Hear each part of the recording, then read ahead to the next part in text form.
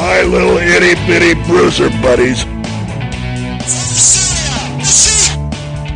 United States heavyweight champion from Brazil. The world's heavyweight champion from the AWA, Nick Bockwinkel. The Midwest supporting, bruiser loving, positivity spreading, world's most dangerous podcast. Join former pro wrestler and promoter Dave Dynasty as he supports and promotes Midwest pro wrestling. Keep on growing with the Midwest Express. This is the Dave Dynasty Show. Greetings and welcome to the Dave Dynasty Show. This is your host, Dave Dynasty. Thank you for joining us for yet another episode. You know, I truly do appreciate when you take the time to be with us. You take the time to listen. I understand, as well as anybody, that everybody has just such a limited amount of time, right? Everybody's busy with jobs and family and life, and you only have so much spare time for things like this, for podcasts, for entertainment. So I truly do appreciate that you take some of that time and you join us and spend this time with us. And while you're here listening, if you would just take a minute, click on subscribe, click on follow, give it a like, give it a share on social media, just right here while you're listening to it. If you get time after you're on iTunes or whatever, go on and give it a rate and review. Help us out. Help us network, because that's what it's all about, right? I am truly amazed at the movement that we have going on here with the Dave Dynasty Show and the Midwest Express and what we're trying to do here with bringing some exposure to the history and the current state and stars of Midwest wrestling. I've always said that it's a very overlooked territory to me, right? The history of here in the Midwest and some of the guys that have been here and some of the wrestling that's taken place. And then some of the talent now, which is finally starting to break out onto more international stages. I've always said it's very overlooked. It does not get the proper respect it deserves. And part of that is just there's not a lot of attention, right? And a lot of people just don't share it, just don't explore it. And I'm hoping to change it. I'm hoping that I'm putting this stuff out there and we're talking about it and interviewing some people and hoping to change some of that. And I'm always enthralled by the backing we're getting and the feedback we're getting. It is always so cool to me when I contact people who I view as these like legendary type figures in wrestling or in Midwest wrestling, and tell them who I am and what I'm doing, and that I'd like to speak with them and talk to them a little, tell their stories. And I get the first reaction of, oh yeah, I've heard of you. I've heard of your work. It's good stuff. That always amazes me that these people are familiar with it. And Ike and I work very hard on this podcast, right? We put a lot of time into it, to doing these interviews and to talking about this stuff and to the editing and the promotional and the social media. It's a lot of time, and we love it. We enjoy it. But my point is, you guys are putting a lot of time into out there. You're helping with the network and the spread and the movement, and that means a lot. And if you would just continue to do that, right? Just continue to tell people, continue to share, continue to spread. It just takes a moment, right? And it's that same thing that if you're a worker, if you're a wrestler, you should be doing the same thing for the promotions you work for, right? Don't just share all this stuff that WWE or New Japan or Ring of Honor does that you think's cool, and then the latest viral video. Share the stuff for the shows you're working on, right? The events, the flyers, those promotions, your fellow workers. Share that stuff, man. Let's spread the word on that and help build the business. But I am appreciative that everybody is a part and everybody takes the time to be with us. Appreciate the likes, the subscribes, the shares. Keep doing that, please. We are here. This is episode 99. It's hard to believe that once we wrap this one up today, next thing you know, it'll be episode 100. I will tell you up front, episode 100 will probably be 2 weeks out. There'll probably be 2 weeks between the release date of this, episode 99, and episode 100. The reason being is just purely a timing thing on an interview for episode 100. Please take my word. You know how, if you've listened to the show at all, you know that I'm a little, I can't even think of the word I'm trying to say. I don't like to jinx myself with saying who a guest is until I've done it. So until I've completed the interview. This guest for episode 100 is confirmed. They are going to do the interview. It's just now a time to do it. This person's a very busy individual. So I don't really want to say anything until it's done for fear that I'm going to jinx myself. But it will be worth the wait. Trust me, it will be worth the wait. So it might be 2 weeks out to episode 100 list, but already, if you follow me on social media, and I hope you do, because you go to davedynasty.com. There's links there for everything. We're on Facebook, Twitter, Instagram, everything. You have seen that one guest for episode 100 is Jerry Jarrett, legendary Memphis promoter who had in the early 80s, a brief working relationship with Dick the Bruiser in the WWA. And that time period has always fascinated me, and how this came to be, what it entailed, how it ended, etc. It's always just been something that has enthralled me to know more about how this all came to be. And I talked to Jerry about it, and we discussed it, and it is a great, great interview. That will be part of the 100th episode, and we have one more guest that I will record with that once again will be worth the wait, trust me. So anyway, the whole point of the matter is that there will probably be 2 weeks between episodes. Of course, I will use that time, a lot of that time, to get some more stuff out on our YouTube channel, which I hope you're a part of. I hope you subscribe to us on YouTube. Go to YouTube, look up The Dave Dynasty, and subscribe to us. Not only is every weekly episode of the Dave Dynasty Show on there, we also have a lot of channel exclusives for YouTube that we put for just some stuff. We put some audio clips from some of our interviews. We've been kind of behind in doing those, but we will get back to doing that. And we also, I put up a lot of Midwest wrestling, right? There's a lot of WWA stuff up there and some other things. I have more stuff to put up. Not necessarily a lot of WWA. I do have a few things to put up. And I am going to put some individual matches up, but complete shows.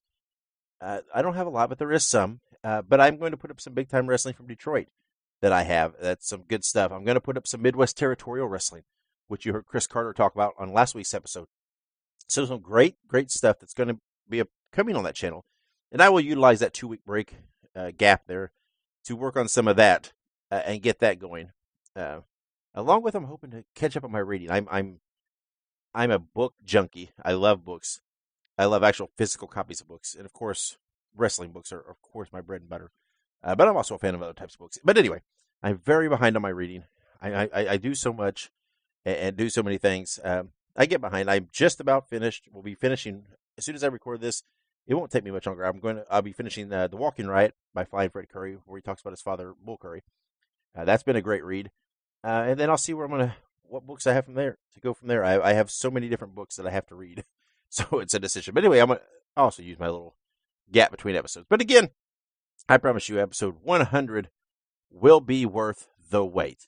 And also worth the wait, and listen to me ramble for this little bit about these various things, is today's episode. Today's episode with a very distinct Ohio Valley wrestling feel, because today's guests are Flash Flanagan and Trailer Park Trash will appear on the Whatever Happened To. As they like to call themselves, Flash and Trash, two hicks with the sticks. Ohio Valley stalwarts, among other things. They've done a lot of other stuff too, but if you're a fan of Ohio Valley wrestling like I am, they were the originals, right? They were some of the first guys there, and you'll hear them talk all about that, along with many, many other things in their careers and in their lives on today's episode. So these are very, very cool interviews we're proud to bring you. And once again, thank you for joining us. Sit down and relax. We're going to take a quick break. When we come back, we will have the first of those interviews with Flash Flanagan. So stick around. You've heard him here on the Dave Dynasty Show as a guest and as host of the monthly Graham's Gallery episodes. And now you can hear his stories.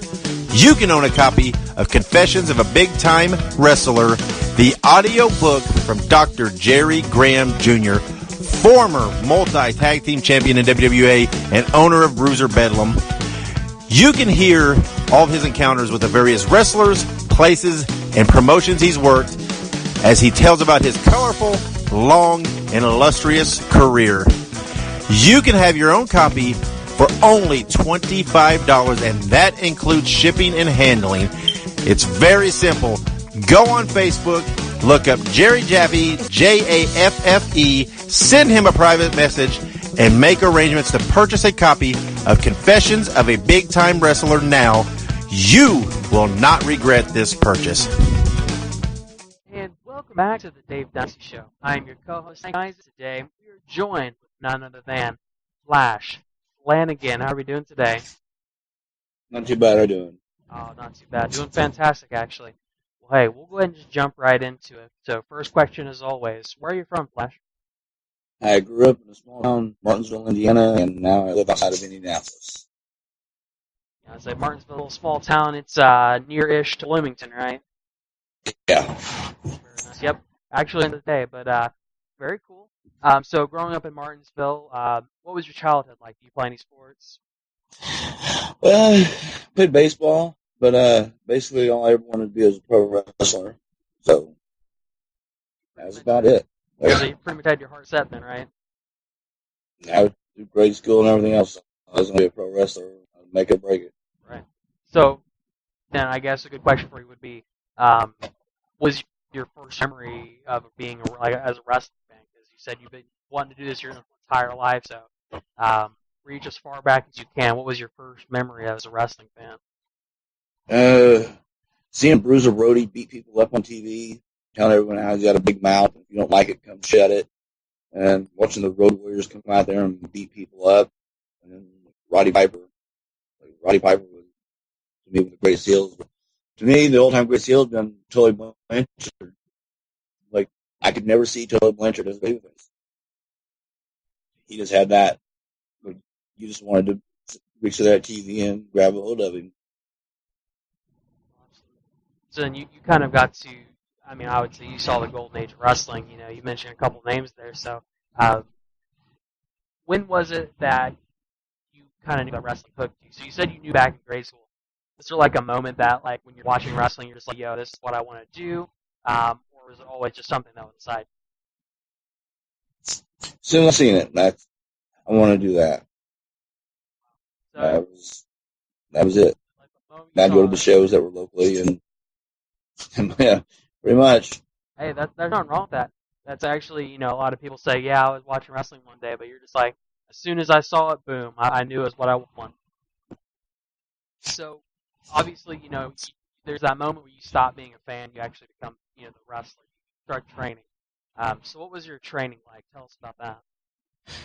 Well, I started out with Keith Goldsby, wrestles Quicksilver, and he basically showed me the stuff he could show me, and then he introduced me to Rip, and then Rip was a whole different learning experience. Rip taught you working the camera, this and this and this, and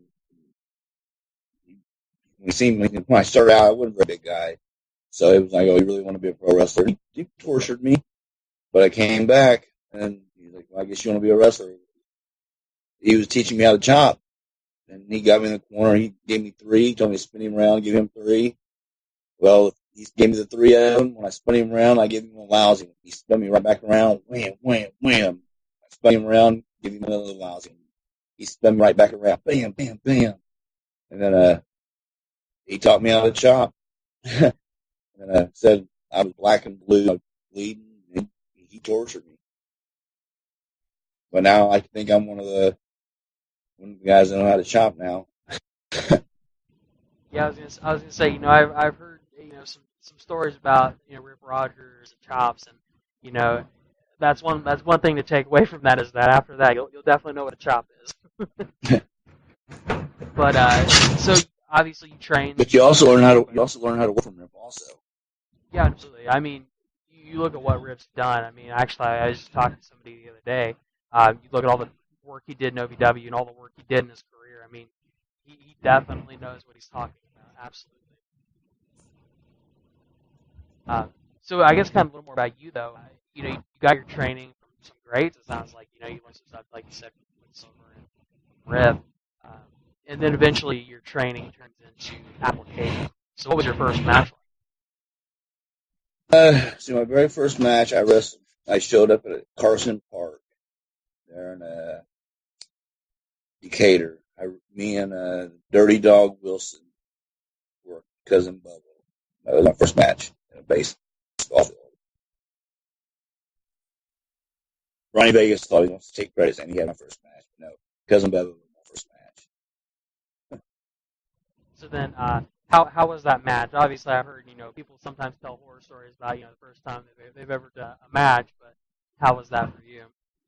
I was nervous. First time being in the ring in front of a crowd. Wasn't the greatest match, but I got my feet wet. Right, yeah.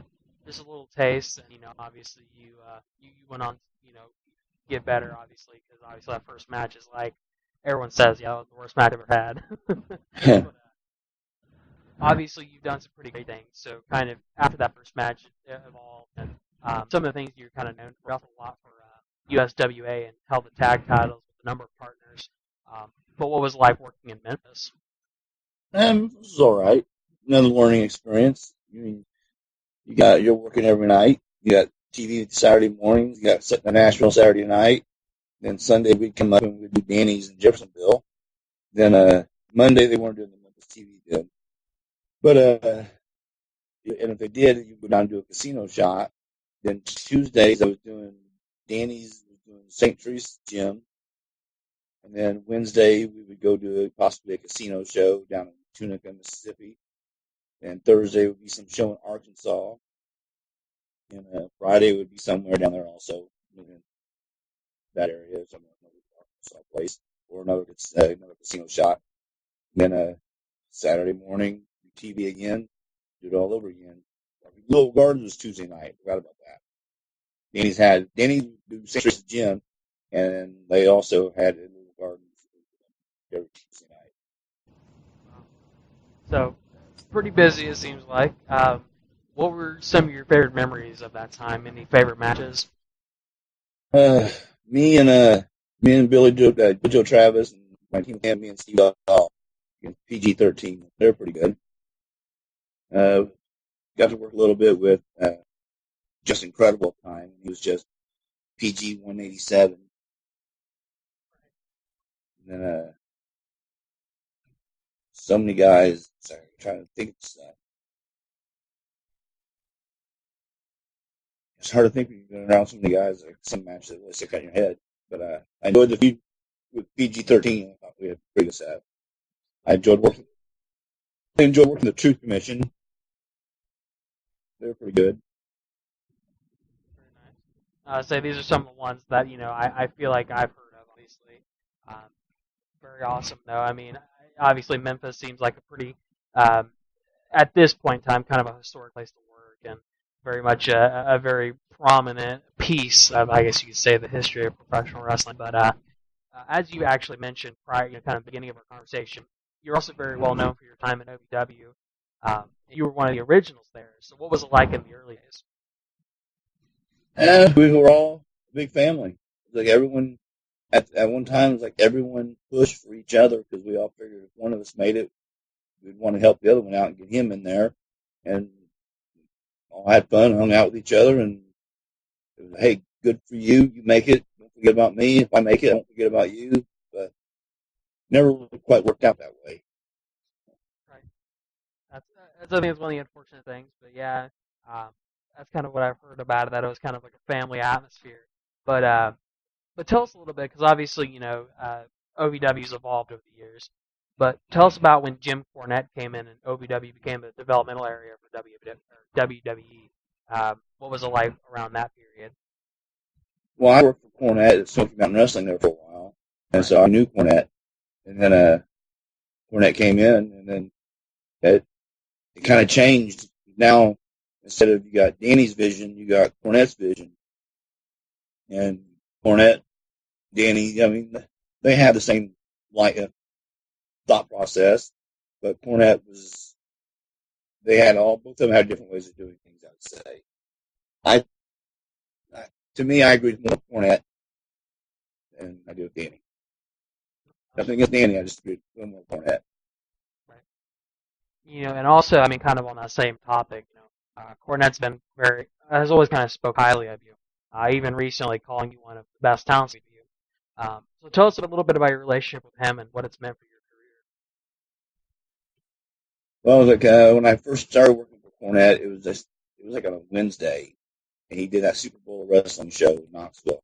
He had Shawn Michaels, Buddy Landell, The Undertaker was working with Kane. He was wrestling the Unabomber. Right. Marty Jannetty was with Al Snow. And there were so many guys on that card. Cornette called me up, and because Ricky Morton and Tracy Sears had put a word in about me, trying to bring me in. And then the Headbangers, I'd just been working with them, and for Burt Prentice at Ozark Mountain Wrestling. And they just started up working for Cornette. So Cornette calls me up on Wednesday. Says, hey, I know it's short notice. Could you make it to Knoxville? I got a booking for you if you want to get your foot in the door. Like, yeah, I'll be there. So showed up there. I think we opened with me and Chris Michaels as the headbangers. And from that moment on, he didn't really have a full-time spot for me, but I kept calling him. He pieced me in whenever he could on some fair shows. And then he started me at full-time beginning of November. And then they closed down at the end of November. So you came in, you closed them out, right? Yeah, that's the joke. Oh, man. Well, they were already going under. That's actually something I've heard is that, they kind of, it seems like it was sudden, but a lot of people who are on the inside kind of were like, yeah, not really. Wasn't as sudden as you think it was. But you've also made some appearances in some other, well-known companies, the WWE, TNA. So what was it like working for them, and what was the kind of the differences that you saw between the companies? TNA was when I had my developmental deal, and then when I got released from there, I was like, all right, I guess I can do anything. So as soon as that was up, I talked to TNA and said, come on down. So the very next day after my deal was done, I would show up at TNA, and they go, they wanted to call me Cobain. Like, what would Kurt Cobain wear? I don't know. I mean, what would he wear? Well, go ahead and get some jeans and dirty shirt and all this. I'm like, all right. So I go get it. As soon as I go to the ring, they start chanting Nashville Brawl. And I came back to Kurt, and I went, that's dead. And they buried me right off the bat. Well, at least you could have a little bit more insight on what you wanted to wear instead of just show up with your hair black.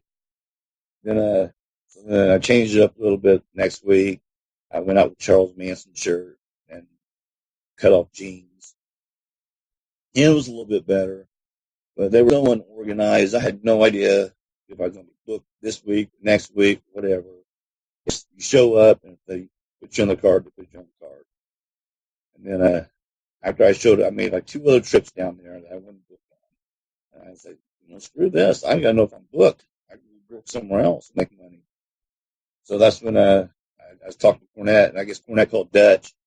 And I knew Victor Keonis back in the WWE days. And Victor brought me in, and that was it. I walked out on TNA, went down there.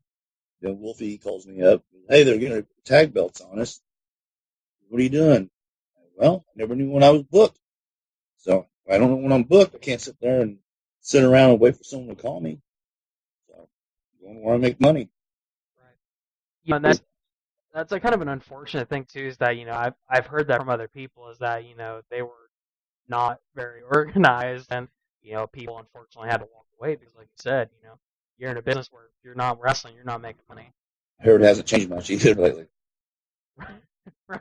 And that's super unfortunate too, because you always want somebody to succeed when they're kind of in competition with WWE. You want them to succeed so that there's something there to kind of regulate it. But if it's not a good product and it's got good structure, it's not gonna work. Just plain and simple. The last TNA show I saw was so god awful. It was like watching a bunch of indie wrestlers that were clueless. I couldn't believe these guys are actually on here and they have a job. That nothing against them because they just don't know any better. And I'm good for them that they're on TV, but they weren't ready to be on TV. It was like an abortion. Like, oh my God, it was just horrible. And that's the thing too. I think the last one I saw, it's been a couple years now, but I don't know if they're any better now. But the last one I saw, it was very similar. It was a train wreck. It was like everybody was here and there. There were so many botched moves. It was ridiculous, and it's just, like I said, it's unfortunate, but so is life. It's just you gotta move on from it, I suppose. But they have some talent. Right. I give them that. They do have talent there. I just don't think they know what to do with the talent. You look at some of the people. I think it was one of the more recent ones. A guy named Ethan Carter III. He was a really good talent on their, on their program, but he's in NXT now because I feel like to some extent he wasn't being worked or done the way he should have been done. Okay, well, here's my thought on that. He did TNA to get his craft down so he could go back to WWE. Yeah, that's actually a good look at it. I didn't think about it that way. But yeah, he could have just been using them as a step towards his ultimate goal with WWE. Down there, get yourself back over, and then try to get a job back. Because he already had a job. Yeah. So go down there, get yourself over, reinvent yourself, and then try coming back. I didn't think about it that way, but I can definitely see it. I guess, hey, there's a reason I'm not right? I kid. No, but kind of another thing you did, you obviously already mentioned this, but I think you also maybe known some of your work in Puerto Rico, recently returned to, but working there mean to you? Everything. It's like when Vince let me go, I made a point that one bad thing is that Puerto Rico wrestling isn't worldwide. I wish that they would have got the national television deals and could have been seen everywhere. The stuff that went on down there, there was tons of talent that went there, and tons. And a lot of the guys after they came down there, they got back. Vince hired them, and there was just so much good stuff that went on. To me, here I was living on the beach, having a ball, working 4 nights a week, sometimes 5, and I'm living the dream. Right. And I mean, and I wasn't jacked up, ripped up, shredded body that Vince wanted, so I had it made down there because now I'm down there. I'm just doing my thing, and I work in the office. Right. And that's the thing too is I've talked to a lot of people, that have gone down through there. They have done stuff down there. And you're right. There's not like a huge TV deal that WWE gets or this company gets or this company gets. It's just wrestling. It's just a promotion. But now they don't. Now, but on the island, it is a very big deal. They have the TV slots, very good time slots, and were very highly rated. So everyone who was on the island. Yeah, that's the only problem. I think we should start a hashtag Black Puerto Rico. I kid. But I mean, and honestly, you've been a mainstay in Midwest wrestling for years, and now you're a mainstay in a more of an international market. So what does it mean for you to represent, not only work in the Midwest, but everywhere? What does it mean to you to be a part of this culture? Hard work pays off, I guess. I mean, it can always be better. It can always be worse. I know the guys that are out there struggling to get booked here and there, and I'm lucky enough to still get booked as I got, so I really can't complain a whole lot. Right. Hey, and that's nothing wrong with that. If you have no complaints, then it means you're doing something right? I mean, I don't think if anyone's got any complaints about me, I mean, that would be few and far. I try to, at least people do respect me around this business because at least I'm honest with people. Some people don't like honesty, but it's the way it is sometimes. Well, I was gonna say, I mean, honest, the old cheesy saying, "Honesty is the best policy." But there's plenty of guys who try to help out and give them advice and tell them all this stuff, and they just look at you like, "Who are you?" I mean, man, I'm telling you this stuff to help you out. If you don't want my help, go screw yourself. Basically, my thought. I'm helping you out. You're the one that's never been anywhere, done anything. So if you don't take my advice, because to this day, guys will come up and give me advice, tell me stuff. And I'm like, okay, great. I didn't realize that. You can only get better if you keep learning. Right. Absolutely. And that's the thing, too, is, in any industry, you should always be a learner. You should be okay with learning. And that's something that you've actually, I feel like you're well for, is that you're noted for your knowledge, your experience, and your willingness to learn. And kind of along the same track and the same mindset we're kind of talking about here, what advice would you give to aspiring wrestlers? Man, you would be very surprised going to the locker room and see the younger guys, how none of them will ever come up and ask for any advice. And then the ones that do ask for advice, you give it to them, and they just look at you like they don't know what you're talking about. Right. So, kind of what I would take from that is... And I can say the guys that have listened to me, the ones that have listened to me and took my advice that I've helped out and said, hey, you should try this, this, and this, have all gotten better. So, I mean, and that's what I was going to say, I mean, you're very well known for having a lot of experience and knowledge, and being able to impart that to people, it works wonders. So I think what I would take from that is that, hey, listen to the people who try and tell you things, and be open to learning from others, is what I would take from that. Because you're right, I have heard a lot from, people who are kind of older or more experienced in locker rooms that sometimes people just don't listen. The problem with guys now, everyone wants to be the superstar of the show. And they don't realize, hey, everyone can't be the superstar. You got to build things up and levels. Your time will come, but right now it's this guy's spot. So don't try to sit there and be the superstar. And they all want to be superstars. Right. And that's unfortunate, but you're right. Not everybody is a superstar. And like you said, I mean, you gotta work the other people. So, kind of in that same train of thought, I mean, have you had an interest in training runners like former? There's times they get to the building early. If they get to the building and learn something, I'll get in there and work with them. But like I said, guys don't want to take the time to learn anything. It's why waste my time. So, I guess kind of a jump back a little bit, because we've talked a lot about your work, some of what you're known for, some of your accolades. But kind of more an opinion from you, if you will. Independent wrestling right now is hot. It's probably the biggest it's ever been. But in your opinion, what is the best and the worst thing about modern independent wrestling? They can do a ton of cool stuff, but it doesn't mean anything because none of them ever sell it. And I get sick and tired of seeing so many leg slaps. When you sit there, when you're throwing a punch, you're slapping your leg, and you look out there in the crowd, you see kids slapping their leg. What's that telling you? You're a joke. The people out in the crowd know exactly what you're doing. They're making fun of you. So obviously, you're not a very good worker. And try to tell people, hey, don't be out there smacking your leg. You look stupid because you got the rest of the crowd out there doing it, and they're telling you that you're stupid. And guys don't get it.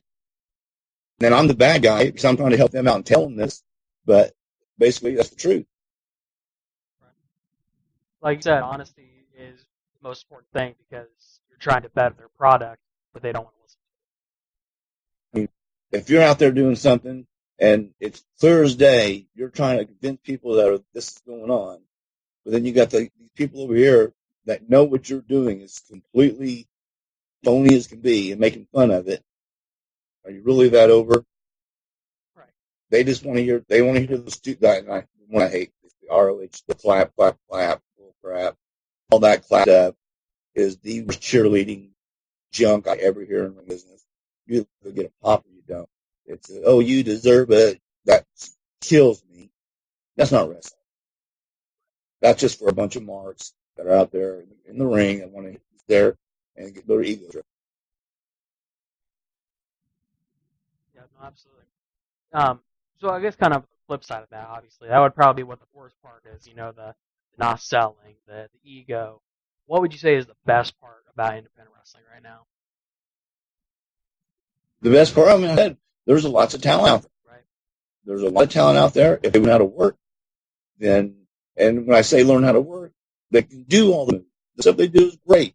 They don't know how to talk. They don't know any of the other stuff, though. They don't know how many psychology or anything else on timing. Right. I watched a couple guys grab, gave him a big superplex, boom, rolled right back up to the feet, scooped the guy up on his shoulder, the guy flipped, rolled around, landed back on his feet. So now the superplex meant nothing. Here's a finishing move. Just hit him with this big move, and then now he's countering you and hitting you with something. You guys are right back up. So all these moves didn't mean jack. And that's one of the things too that I hear a fired lot. Up here. I hear that a lot, actually. That's one of the biggest things that so many. Obviously, it's a little bit different, but so many false finishes makes moves just not mean anything. one of the best examples I heard was actually, I think, from Dave. He mentioned, because, he loves wrestling, obviously, and he likes the Young Bucks, but one of the things he likes about him is the super kicks. Used to be a super kick, back in the Shawn Michaels day, a super kick would put you down, that'd be it. Nowadays, No, because the super kick back in Shawn Michaels' days, no one done the super kick but Shawn Michaels. That was his finisher. You had to come up with something. Don't do the super kicks. That's Shawn Michaels. That's how that basically is. Now Shawn Michaels retired. Now you see 50,000 super kicks in a match. Right. And it doesn't mean anything now, because you can get a super kick 4 or 5 times and get right back up. I didn't agree with the Bucks super kicking the little boy. That was stupid. They're here, that little kid taxing him, and they're selling, and we super kick him. That's it's not pro wrestling. Not pro wrestling I grew up on. Call me old, whatever you want, but no. I agree. I would definitely agree. I think wrestling's the time straight away from its roots, very, very much so. And I hate when I call it strong style wrestling. That is another stupid thing someone's come up with. Some mark come up with strong style wrestling. That is completely stupid also. The name of the game is professional wrestling. And no matter what you call it, it's pro wrestling.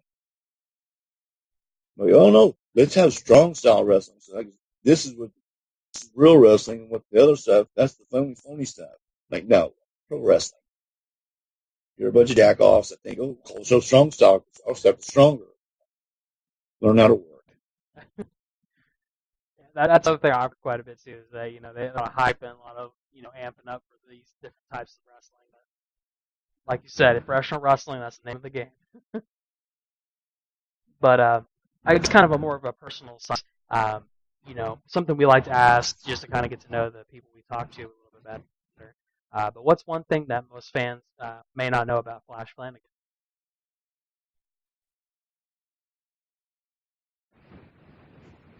What now? Oh, can you hear me? Yeah. Oh, sorry. No, I was going to say, kind of a little more of a personal touch. One of the things we like to ask the people we talk to is, what's one thing most fans don't know about you?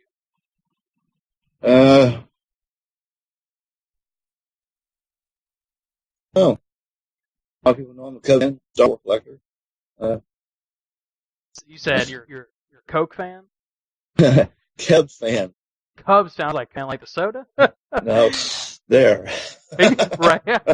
I was gonna say we're about to take like an Al Pacino twist here. No, I'm a Chicago cool. Cubs fan. Okay. And then you said a Star Wars fan. That was something I was also gonna say. I've heard that you're a noted Star Wars fan. So as a fellow Star Wars fan, what was your favorite movie? Empire Strikes Back. I feel like that's a pretty. I mean, I feel like that's Done with that movie. right. Yeah. So it's a pretty flawless movie, I'd say. Personally, I love Empire Strikes Back, but I really love Return of the Jedi. I don't know, there's something about that is just a fantastic movie. You could go from Jabba's, the beginning of Jabba's. You can skip the rest of it and go to Luke at the Vader's temple, meeting the Emperor, Right. and the fighting there, and then that's you could do it the way with all the Ewoks. I really didn't care for that. Yeah. If the Ewoks would have been Wookiees, I would have been better. But and that's the thing too, is that I didn't, when I was younger, obviously, I feel like the Ewoks were a service to a younger audience. And obviously, as an adult, I look back and it's campy and cheesy, and it's just, why are these little creatures destroying the Empire? But yeah, no, I would definitely agree. I think that's a little more for the kid audience. But yeah, I'm the final showdown. I love the Emperor, and I feel like that's just a very good character development for Darth Vader at the end, and that's why it's my favorite. But I absolutely love and adore Empire. That's a flawless movie. So I guess I have a question that a Star Wars fan would answer. What are your thoughts about Jar Jar Binks? no one crapped on him. As everyone made out to be. Things. It had his moment. Remember, as a kid, Yeah, I would say I feel like a lot of people, chalked it up more than it was. It's just a guy in a costume, guy in CGI. Now, I do think in an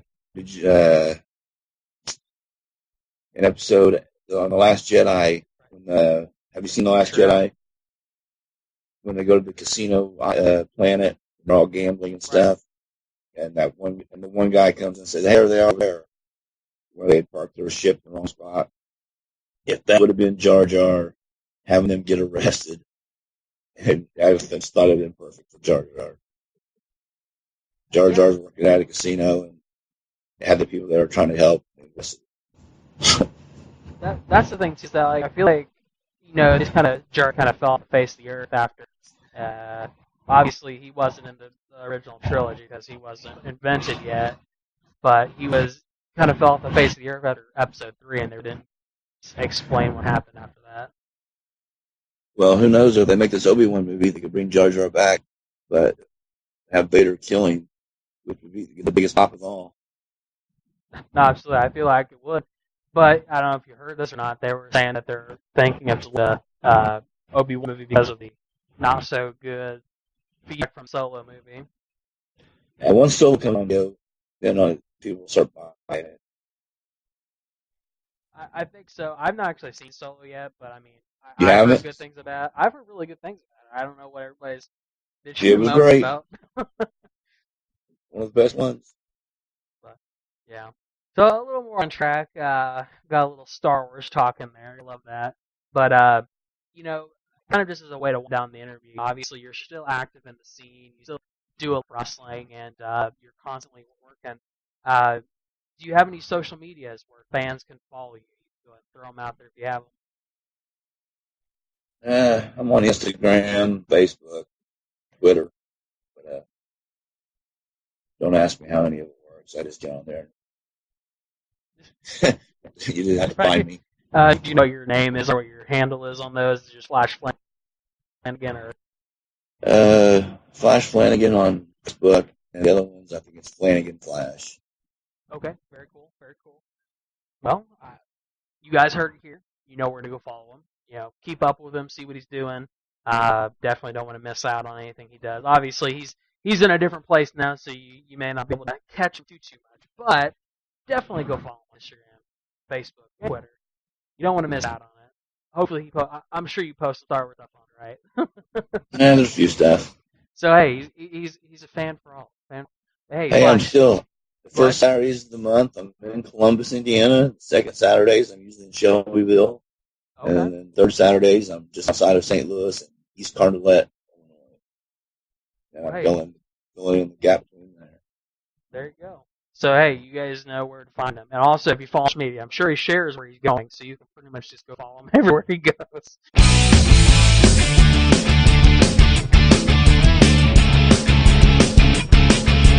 Whatever happened to you? And we're back with Whatever Happened To, the segment where we catch up on some often overlooked Midwest wrestling's past. I am Mike Isaacs, and today we're chatting with Trailer Park Trash. How are we doing today? Pretty good. How you doing, buddy? Hanging in there. So I think the first question I'm going to ask you, and I'm sure you get this a lot, why is your name Trailer Park Trash? Well, honestly, it's when I first started out, I went by the name Jack Slater, and when I got hired by USWA, the first Saturday I went to work for them, showed up at TV, and walked into Jerry Lawler's. He said, "I'm going to change your name." I said, "Well, go ahead." He called me fresh that day, and then come on Tuesday at the Guards, it was changed to Trailer Park Trash. When it was actually changed it, then the following week on TV, they actually shut down their, so many people shut down their sports on the TV station. So many people called in to complain about it. Lord. But the name's with me, and it's been with me ever since. Oh, all right. Yeah, I had to get that out there because, Dave said, hey, you're going to be interviewing this fellow tonight. And I'm like, I think I know what my first question's going to be. And, we was actually able to turn it around because people thought we was just making fun of pouring like trash, basically. And we was able to turn that around and really show them that the name really wasn't about to offend people. It was more to show that, hey, I'm doing something the USF crowd, want to do. You just got to get up and do it, more or less, to show everybody what you're doing if they're out. That's what the name of it comes in. Hey, and there's nothing wrong with that. But it's a very unique name. You don't hear it too often, so I was like, hey, let's just go ahead and jump with that. But So There's been several write-offs. There's several tried to call herself, white trash here and there, but there's only one trailer park trash. That's absolutely right. Well, so I guess kind of a little, I guess another question for you. So now we know what your name is. Tell us how you got started in wrestling. So you mentioned there just a little bit that you worked with Jerry Lawler, and that there was some kind of, that's how you kind of got the name to begin with. But how did you get started in the business? Actually, I went to Louisville Gardens in Louisville, Kentucky every Tuesday night, and one night I happened to hear at intermission that Dean Hill, who was the arena there, and the wrestling school had just opened up, and it was Nightmare Day Davis. So I got an info and got the number, give Danny a up. Actually, I was one of his first, and there you go. I just I made it through a tough time, and 6 months to the day I had my first match, and then 6 months to the day after that I got hired by Lawler and worked for USWA. Wow. So then I worked for them for quite a while, and then back and forth and stayed working for Danny, and went on other things, went and worked in Puerto Rico for quite a while. Been a lot of different places, a lot of different reasons, and it's been in the wrestling business for a long time. Yeah, absolutely. It sounds like you kind of, I would say, I'll compare you to a rocket ship. You blasted off like right at get-go, so just kind of ready to go, and boom, boom, boom, boom. So, I mean, you just mentioned a couple great things, Puerto Rico, Lawler, which I would pretty incredible starts, pretty incredible. Well, I grew up watching USWA, and to sign up for wrestling school and a year later be in the locker room with guys that I idolized, grew up with was just kind of, and then the name up with me. It was named that, we tried to change it a little bit and it just didn't work. So, the name stuck with me, and people hear that name that they were talking about. Right, absolutely. I guess that's one of the good things about having a kind of a unique name like that sometimes spark a little cause that I don't think it is going to freak you. No, well, when I was part of OW at the beginning, before it was OW, called the Nightmare Incorporated, Danny Davis School of Professional Wrestling. And then it became OVW, then they got the development contract for WWE, so I was in there training and helped train, some of the guys who become some of the best in the business, John Cena and Randy Orton, just to name a few, that just come through the doors there. So I'm fortunate to make a lot of friends and have made acquaintances with a lot of special people in the business. I've been very lucky. No, absolutely. So we've actually kind of, we've touched on a lot of things already. We've talked about, like you say, working with OVW. You talked about Puerto Rico. And we've already got into the trailer park trash gimmick a little bit. But like as you mentioned, you're one of the OVW roles trained there by Danny Davis. Let me ask you, because obviously the OVW that a lot of people know probably wasn't how it was back in the day. I'm sure it was a little bit different. It's like early days of OVW and some of your early experiences there. It was more of the old school nature, old school teachings, right. and the business when it was still old school. But before this new generation come in, after I went back to OVW and helped run the company, write the T-show, it was still different for me because I'm just, when you're taught one certain way, it's hard to change. And that's probably the biggest difference between back then and now. We're talking over 5+ years ago. You was taught respect and you respected the business. And if you didn't learn, you was made to listen. And I'll put it that way. Where these days, you can't teach that way. So, there's a lot of things I think a lot of people thought you couldn't handle it in class. If you couldn't handle it, you get out the door. Now they don't want you to leave. They want all the students they can. And that's just anywhere you go. I'm not talking about them. But just, I think, in my opinion, the best teacher out there is Rip Rogers. And, I wish Rip could have his own school and keep it full because we continue to see some of the bigger stars for generations to come. But unfortunately, they're the way of the business anymore. I'll say, God help us all if Rogers goes to wrestling school. Hey, Rip's been, Rip is the main one behind John Cena. The show was sent down there. Mark Henry, so many guys were sent down here, and so many come through here to life, and that just goes on and on. And all come up with the way to train, and there you go. No, absolutely. And if you look at the product that WWE has produced lately, for the last 10 years, nothing can compare to what OVW produced for WWE back in the 2000s, early 2000s. Biggest difference is the way things are taught today. And I had a real hard time adjusting and changing. You're taught a certain way, it's just hard to change. No, absolutely. And I guess that kind of, or go ahead. No, I was just saying, I wish everybody in the business these days the best. I have no hatred towards the business any kind of way. I just maybe don't like the new school kind of way. It would be about the best way to put it. Yeah, no, there's really not a that's not a bad thing per se. I feel like, having that disagreement with like how something is opens up a dialogue so that it can get, which is, I definitely think how it is now, is that, a lot of people don't like the current product, and people Well, a lot of speaking people up, right, go ahead. a lot of people do like it, and that's, Right.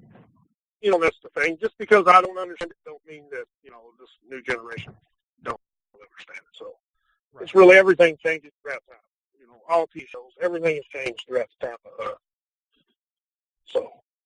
Yeah, and like you said, I think I'll continue my stance that there's nothing wrong agreeing with it, but a lot of people are like, we're down with wrestling because it's not the way it used to be, which kind of opens up another question: is do you still watch like the current product that's like on TV and all of that? No, I have not watched since I officially retired for good. I guess going on 4 years ago now. I have not watched a wrestling show one time. Wow. So it's nothing personal with anybody. I just can't. I was taught a certain way that I can't change. And when I watch this stuff today, it drives me crazy. So it's best for me not to watch it. Right. And again, that's not to anybody today at wrestling. It's just the way I was taught, and it's not my cup of tea anymore. No, absolutely, and that's why I said I still stand by. If you don't like the product, there's nothing wrong with that. That's just, you're allowed to have your opinions, and that's what I think a lot of people have a hard time thinking, is that it's okay to not like everything, and a lot of people just want. Yeah, people these days think if you don't like it, you got to hate it, and that's the end of it. And Right. No matter what you're talking about, wrestling or anything in life, well, I don't like it, you should don't like it. You don't like it, then I hate you. And Right. that's the way people think these days. That's really what's wrong with this world. People can't have their own opinions without everybody else getting butthurt. No, absolutely, and that's a very unfortunate thing that happens. But that, like you said, it's one of the probably my least favorite parts of the world. But hey, like you said, you can't please everybody. Not everybody will like everything. Exactly. But exactly. So it kind it's the way of the new world. Right. But kind of a little more direct, you a little bit. You obviously, and as we've kind of conversed about, you're an active wrestler anymore. So I guess a good question for you would be is, what was it that eventually, initiated retirement, and what do you miss? Well, my father died about a year before I finally was able to let it go, and that took a lot out of me. So between that and stress, like I say, I was of really good people, but just let's just say my teachings and writings didn't fit the way the thing, and it just become a stressful place. Nothing personal with anybody. It just becomes a stressful place for me, and I need to exit. And I wanted to exit in a good way, and not leave a bad taste. So this is the best way to do it. And I've been able to move on. I've trained racehorses on and off forever. My grandfather was a trainer, so that's not several times, but I went back to training racehorses full time and opened up a restaurant and pretty much kept myself busy. No, absolutely. So then you said you opened up a restaurant. Do you still have the restaurant? No. Issues. I put diner up in the town I live in. Business was real good. Just had building issues that it was putting the money into, so I just shut it down and concentrated on the horses. Right, very awesome. So then, is that still what you do now? Then you still train horses? Yeah. Very cool. Very cool. That's actually a pretty rewarding, pretty rewarding hobby. I mean, it's even more than a hobby, I'd say. I have some friends who do train horses, and they say it's a very fun, sometimes expensive lifestyle. Well, it's very expensive. I train racehorses, so right. A little bit different situation than just being somewhere out on the farm and training trail horses and whatnot. And that's a lot of work too. Any horse is a lot of work. Right. Any horse is properly 7 days a week. There is no Christmas morning off, Thanksgiving morning off. It's just like taking care of a kid. No, absolutely. It's never ending job, I guess you could say. Exactly yeah. Like But I don't regret the wrestling business, none whatsoever. And I was able to travel the world and see places I would have never seen. Met a lot of great friends. Still stay in touch with a lot of the good guys I make friends with, and I have no regrets whatsoever. No, absolutely. And that's the goal, right? Never regret what you did. Just be okay with moving on, right? Yeah, and I would regret it not trying to follow my dreams. Right. You know, I'm one of the few lucky ones. I had a couple of dreams when I was a kid, and I've been able to live them both. So I'm very fortunate. Oh, absolutely. Well, we've actually got to talk a lot about, different things, talk a really good conversation about, the current state and kind of, opinions about that. But also, we got to know a little bit about you and about what you're up to currently, which is awesome. But is there a way that fans can keep up with you? I know that some people social media, not sure if that's something you do or not. Pretty much Facebook. I get sometimes I'll chat somebody on there. I don't try to be arrogant and think I'm better than anybody. Sometimes it's still nice to be out somewhere and get recognized. Just to know that people really care and still remember who I am. I use social media, Facebook or Twitter, is the best ways. And I normally don't. Facebook I use as a joke more than anything. I like to get laughs off of it, have fun off of it. And every now and again, get a little serious with it, but usually it's just more fun. But I have a lot of fans on Facebook that I've had throughout the years, and many on Twitter too that have Twitter accounts. So those are usually the best two ways. Absolutely. If you don't mind, what's your Twitter handle and your Facebook handle? It's Frank_TPT on Twitter, and then Facebook. I've actually got a Trailer Park Trash page. Very cool. So then you guys heard it here. You want to go hang out with him, go see, what all he's up to, get some laughs, hopefully. You know where to go on Twitter, all that. Very cool. Well, hey, I want to thank you very much for taking the time today, just, speaking with us on this Monday afternoon, if you will, and, tell a little bit about your life and tell us a little bit about your opinion and all that. But definitely, thank you very much. It's been an honor and a pleasure, and we'll definitely have to be catching up again. No problem. Thank you very much. Hey fans, here at Podcast City Network, we have a lot of great shows. We have a wide variety of shows that cover the landscape in podcast, a podcast for anyone and everyone.